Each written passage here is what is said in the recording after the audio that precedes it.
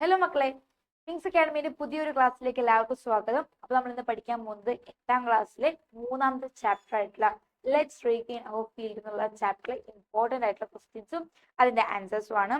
ഈ ഒരു ചാപ്റ്റർ നമുക്ക് നിറച്ച് കൃഷികളെ കുറിച്ചും കൃഷിക്കാരെ കുറിച്ചും അതിന് യൂസ് ചെയ്യുന്ന മെറ്റീരിയൽസിനെ കുറിച്ചൊക്കെയാണ്. അപ്പൊ ഇമ്പോർട്ടന്റ് ആയിട്ടുള്ള ചാപ്റ്റർ ആണ്. അതേപോലെ നമുക്ക് ഒരുപാട് പുതിയ പുതിയ പേരുകളും അതിനകത്ത് ഒരുപാട് ടേംസും ഒക്കെ വരുന്നുണ്ട്.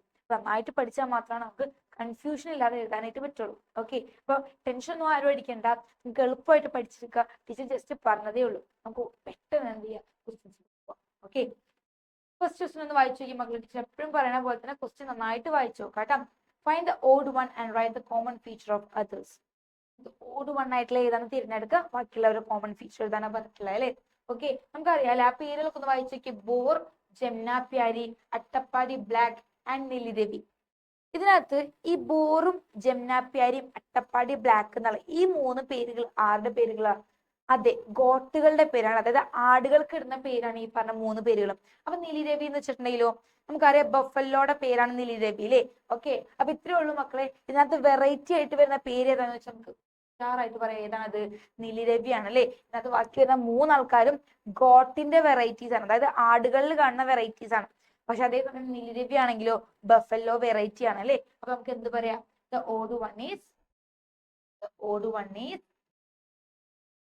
ഏതാണ് ഓട് വൺ ആയിട്ട് നിൽക്കുന്നത്? നീലിദേവി. നീലിദേവിയാണ് ഇതിനകത്ത് ഓട് വൺ ആയിട്ട് നിൽക്കുന്നത് അല്ലേ. അതേഴ്സ് ആർ എന്ത് പറയണം? അതേഴ്സ് ആർ എന്താണ്? the varieties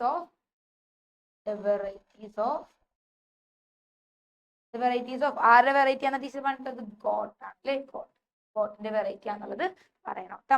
അപ്പൊ നോക്കി 1 മാർക്ക് അവിടെ നമുക്ക് സ്കോർ ചെയ്യാനായിട്ട് പറ്റി. അടുത്ത ക്വസ്റ്റ്യനിലോട്ട് പോയാലോ? Correct the mistake if any in the underlined part of the given statement. നോക്കിയ മക്കളെ, നമ്മൾ നേരത്തെ ചെയ്ത ക്വസ്റ്റ്യനും ഈ ക്വസ്റ്റ്യനും എപ്പോഴും എക്സാമിന് ചോദിക്കാറുള്ളതാണ് ഈ മോഡൽ ക്വസ്റ്റ്യൻ. ഓക്കെ, ചിലപ്പോൾ സ്റ്റേറ്റ്മെന്റ് മാറി തരുമായിരിക്കും, അല്ലെങ്കിൽ ആ പേരുകൾ മാറ്റി തരുമായിരിക്കും. ഈ 2 മോഡൽ ക്വസ്റ്റ്യനും നിങ്ങൾ നന്നായിട്ട് പഠിച്ചു വെക്കുക, എങ്ങനെ ആൻസർ ചെയ്യണം എന്നുള്ളത് കേട്ടോ. ഇത് എപ്പോഴും എക്സാം ചോദിക്കുന്ന മോഡലാണ്.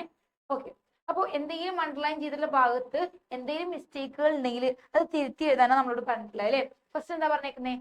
Scientific cultivation of fruits and vegetables is known as uniculture. യൂണിക്കൾച്ചർ എന്നാണോ ഫ്രൂട്ട്സിന്റെ വെജിറ്റബിൾസിന്റെ ആ ഒരു കൾട്ടിവേഷൻ നമ്മൾ പറയാ? ഒരിക്കലും അല്ലാതെ അത് തെറ്റാണല്ലേ. അപ്പൊ എന്താണ് അവിടെ എഴുതേണ്ടത്?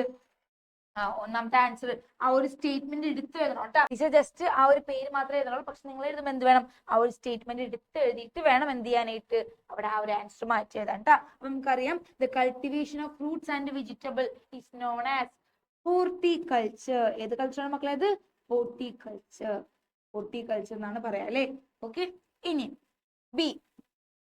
ബിയിൽ എന്താണ്? Method of growing plants in nutrient solution. അതായത് ന്യൂട്രിയന്റ് സൊല്യൂഷനിൽ ചെടികളെ വളർത്തുന്നതിന് നമ്മൾ പറഞ്ഞ പേരാണ് ഹൈഡ്രോപോണിക്സ്. ശരിയാണോ പറഞ്ഞത്? അത് ശരിയാണല്ലേ. അപ്പൊ അവിടെ എന്തില്ല? ഒരു ചേഞ്ചും ഇല്ല, കാരണം ആ പറഞ്ഞേക്കുന്നത് ശരിയാണ്. വെള്ളത്തില് ചെടികളെ വളർത്തുന്ന ആ ഒരു മെക്കാനിസത്തിനെ പറഞ്ഞ പേരാണ് എന്ത്? ഹൈഡ്രോപോണിക്സ്. ഓക്കെ, അതും കിട്ടിയല്ലേ. അടുത്ത ക്വസ്റ്റ്യനിലോട്ട് പോയാലോ?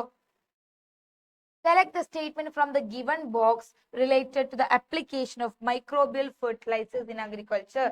അഗ്രികൾച്ചറിൽ മൈക്രോബിയൽ ഫെർട്ടിലൈസേഴ്സ് യൂസ് ചെയ്യുമ്പോൾ നമ്മൾ ശ്രദ്ധിക്കേണ്ട കാര്യങ്ങളാണ് തന്നിരിക്കുന്നത് അല്ലേ. ഇതിനകത്ത് മൈക്രോബിയൽ ഫെർട്ടിലൈസേഷൻ യൂസ് ചെയ്യുന്ന കാര്യങ്ങൾ എന്തൊക്കെയാണ്, അത് ചെയ്യുന്ന സമയത്ത് ശ്രദ്ധിക്കേണ്ട കാര്യങ്ങൾ എന്തൊക്കെയാണ് തന്നിട്ടില്ലേ. അതിനാൽ ടെക്സ്റ്റ് ബുക്കിൽ കൃത്യമായിട്ട് 3 പോയിന്റ്സ് കൊടുത്തിട്ടുണ്ട്. ആ പോയിന്റ്സ് പഠിച്ചിട്ടുള്ളവർക്ക് എളുപ്പമായിട്ട് ചെയ്യാവുന്നതേ ഉള്ളൂ കേട്ടോ. Okay, chemical pesticides are used regularly. ശരിയാണോ അത്? കെമിക്കൽ പെസ്റ്റിസൈഡ് ഒരിക്കലും യൂസ് ചെയ്യാൻ പാടില്ല അല്ലെ. Ensure അഡക്വേറ്റ് irrigation. ഇറിഗേഷൻ വെച്ചാൽ മക്കളെ വെള്ളം കൊടുക്കുക. ഇത് കൃത്യമായ സമയത്ത് കൃത്യമായ അളവിൽ എന്ത് കൊടുക്കണം? വെള്ളം കൊടുക്കണം. വെള്ളം കൊടുക്കണം. ഓക്കെ, രണ്ടാമത്തെ പോയിന്റ് ശരിയാണ് അല്ലെ. ഇനി ensure the presence of bio fertilizers in the soil. സോയിലില് ബയോ ഫെർട്ടിലൈസേഴ്സ് എന്ത് ചെയ്യുക? കൃത്യമായ രീതിയിൽ അപ്ലൈ ചെയ്യാനാ പറയുന്നത്. അതും ശരിയാണ് അല്ലെ. ഇനി അപ്ലൈ കെമിക്കൽ ഫെർട്ടിലൈസേഴ്സ് പ്രോപ്പർലി. കൃത്യമായ അളവിൽ കെമിക്കൽ ഫെർട്ടിലൈസേഴ്സ് യൂസ് ചെയ്യാൻ പാടുണ്ടോ? ഒരിക്കലും ഇല്ല. കെമിക്കൽ ഫെർട്ടിലൈസർ എന്ന് പറഞ്ഞ സാധനമേ ഉപയോഗിക്കാൻ പാടില്ല കേട്ടോ. അപ്പൊ അതെന്താണിത്? തെറ്റാണ്. അപ്പൊ ഏതൊക്കെ പോയിന്റ്സ് ശരിയായിട്ട് വരുന്നത്? ഇറിഗേഷനും ബയോ ഫെർട്ടിലൈസേഴ്സിന്റെ ആ ഒരു പോയിന്റ്സ് ആണ് കറക്റ്റ് ആയിട്ട് വരുന്നത് കേട്ടോ. 2 മാർക്കിന്റെ ക്വസ്റ്റ്യൻ ആണ്, ഇമ്പോർട്ടന്റ് ആണ് കേട്ടോ. ഓക്കെ, അടുത്ത ക്വസ്റ്റ്യൻ എന്താ പറഞ്ഞേക്കുന്നേ? നമുക്കിവിടെ കുറച്ച് പോയിന്റ്സ് ഇൻഫോർമേഷൻ തന്നിട്ടില്ലേ, എന്തുമായിട്ട് ബന്ധപ്പെട്ടിട്ടാണ്, മോഡേൺ ഫാമിംഗ് മെത്തേഡ് ആണ്. അപ്പൊ നിങ്ങൾ മനസ്സിലാക്കണം ഇവിടുത്തെ മോഡേൺ ഫാമിംഗ് മെത്തേഡുകൾ ഏതൊക്കെയാന്നുള്ളത് അല്ലെ. രണ്ടെണ്ണാണുള്ളത്. ഏതൊക്കെയാണ് മക്കളെ? ഒന്ന് പോളിഹൗസ് ഫാമിങ്ങും രണ്ട് പ്രിസിഷൻ ഫാമിംഗ്. ഓക്കെ, പക്ഷെ നമുക്കിവിടെ പേരുകൾ തന്നിട്ടുണ്ടോ? ഇല്ല. അപ്പൊ നമ്മൾ എന്ത് വേണം? അവിടെ പേരുകൾ കൊടുക്കണം. ഓക്കെ, അതുമായിട്ട് ബന്ധപ്പെട്ടിട്ടുള്ള കുറച്ച് പോയിന്റ്സ് നമുക്ക് തന്നിട്ടുണ്ടെന്നാ പറഞ്ഞേക്കണം. അത് കൃത്യമായിട്ട് ടേബിൾ ചെയ്യാനാ പറഞ്ഞേക്കുന്നത് അല്ലേ. അപ്പൊ നമ്മൾ ടേബിൾ ചെയ്യുന്നതിന് മുൻപായിട്ട് തന്നെ എന്ത് കൊടുക്കണം? അവിടെ പേരുകൾ എഴുതി കൊടുക്കണം അല്ലേ. എന്താണ് കൊടുക്കുന്നത്? പോളിഹൗസ് ഫാമിംഗ്, അപ്പുറത്താണെങ്കിലോ പ്രിസിഷൻ ഫാമിംഗ്. ഓക്കെ അല്ലെ, പോളിഹൗസും പ്രിസിഷനും. ഇനി പറഞ്ഞോ ഏതൊക്കെ പോയിന്റ്സ് ആണ് ഇവിടെ കറക്റ്റ് ആയിട്ട് വരണമെന്നൊന്ന് പറഞ്ഞ മക്കളെ. The soil is covered with polythene sheet. Polythene ഷീറ്റുമായിട്ട് കവർ ചെയ്തിട്ടുണ്ട് മണ്ണുകളെ. ഏതായിരിക്കും? അത് പ്രിസിഷൻ ഫാമിംഗ് ആണ് അല്ലെ. ഇപ്പൊ ഞാൻ ഇവിടെ എന്ത് കൊടുക്കാണ്? എന്ന് കൊടുക്കാണ്. നമ്മൾ എഴുതുമ്പോ ബോക്സ് വരച്ച് ആ പേര് കൊടുത്ത് സ്റ്റേറ്റ്മെന്റ് എടുത്ത് എഴുതണം കേട്ടോ. ടീച്ചർക്ക് ഇവിടെ സ്പേസ് ഇല്ലാത്തതുകൊണ്ടാണ് ടീച്ചർ ജസ്റ്റ് എന്നിട്ട് പോകും. ഓക്കെ, ഇനി B, temperature and moisture is constantly regulated.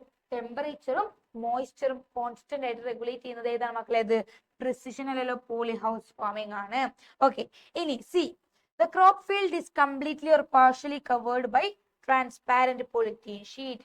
Transparent polythene sheet വെച്ചിട്ട് ഒരു ഫീൽഡ് മൊത്തത്തിലോ അല്ലെങ്കിൽ പകുതിയോ കവർ ചെയ്തിട്ടുണ്ട്. അതേ തന്നെയാണിത്. പോളിഹൗസ് ആണ്. Okay, last one, suitable crop is selected by studying the amount of nutrients, pH and water availability in the soil. മണ്ണില് വെള്ളവും pHഉം ന്യൂട്രിയൻസിന്റെ അളവൊക്കെ ടെസ്റ്റ് ചെയ്തിട്ട് കൾട്ടിവേറ്റ് ചെയ്യുന്നതാണ് ഇത് പ്രിസിഷൻ ഫാമിംഗ്. അപ്പൊ നോക്കിയേ എങ്ങനെയാ വന്നത്? ബിയും സിയും പോളിഹൗസും എയും ഡിയും പ്രിസിഷൻ. പക്ഷെ എപ്പോഴും ഇങ്ങനെ തന്നെ വരണം നിർബന്ധമൊന്നുമില്ല കേട്ടോ. മാറി മറിച്ചൊക്കെ ചോദിക്കാം. നിങ്ങൾ വായിച്ചു നോക്കിയ ശേഷം മാത്രം എന്ത് ചെയ്യാൻ പാടുള്ളൂ? ഉത്തരം എഴുതാനായിട്ട് പാടുള്ളൂ. ഓക്കെ അല്ലേ? അടുത്ത ക്വസ്റ്റ്യനിലോട്ട് പോ. ലാസ്റ്റ് ക്വസ്റ്റ്യൻ ആണ്. Arrange the column B and C in accordance with column A. അതായത് എ ബി സി എന്ന് ജസ്റ്റ് കൊടുത്തേക്കാണെങ്കിൽ അവിടെ പേരുകൾ കൃത്യമായിട്ട് കൊടുത്തിട്ടുണ്ട്. Varieties, products, sector. ഓക്കെ, എളുപ്പമാണ്. എല്ലാവരും ആ ഒരു കുറച്ച് പേരുകൾ ഞാൻ പറഞ്ഞില്ല, പുതിയ പുതിയ പേരുകളും പുതിയ പുതിയ കൾട്ടിവേഷൻസ് ഒക്കെ വരുന്നുണ്ട്. അത് നന്നായിട്ട് പഠിച്ചവർക്ക് എളുപ്പമായിട്ട് ചെയ്യാം അല്ലെ. എക്സാമ്പിളുകൾ ഞാൻ തന്നേക്കുന്നത് അവരിൽ നിന്ന് കിട്ടുന്ന പ്രൊഡക്ട്സ്, അവരുടെ കൾട്ടിവേഷനെ പറയുന്ന പേരുകളാണ്. പറഞ്ഞ മക്കളെ, മുഗ. മുഗ എന്ന് പറയുമ്പോ തന്നെ കൂടെ വാലായിട്ട് എല്ലാവരും എന്ത് പറയും? സിൽക്ക് വേം എന്ന് പറയും അല്ലെ. മുഗ സിൽക്ക് വേം, തുസാർ സിൽക്ക് വേം. ഓർമ്മയില്ലേ? മുഗ സിൽക്ക് വേം എന്ന് പറയുമ്പോ തന്നെ നമുക്ക് അതിന്റെ പ്രൊഡക്റ്റ് കിട്ടിയാൽ എന്താണത്? സിൽക്ക് ആണ്. അതിന്റെ കൾച്ചർ എന്ന് പറഞ്ഞ പേരെന്ത്? സെറികൾച്ചർ. എന്താ പറഞ്ഞ മക്കളെ?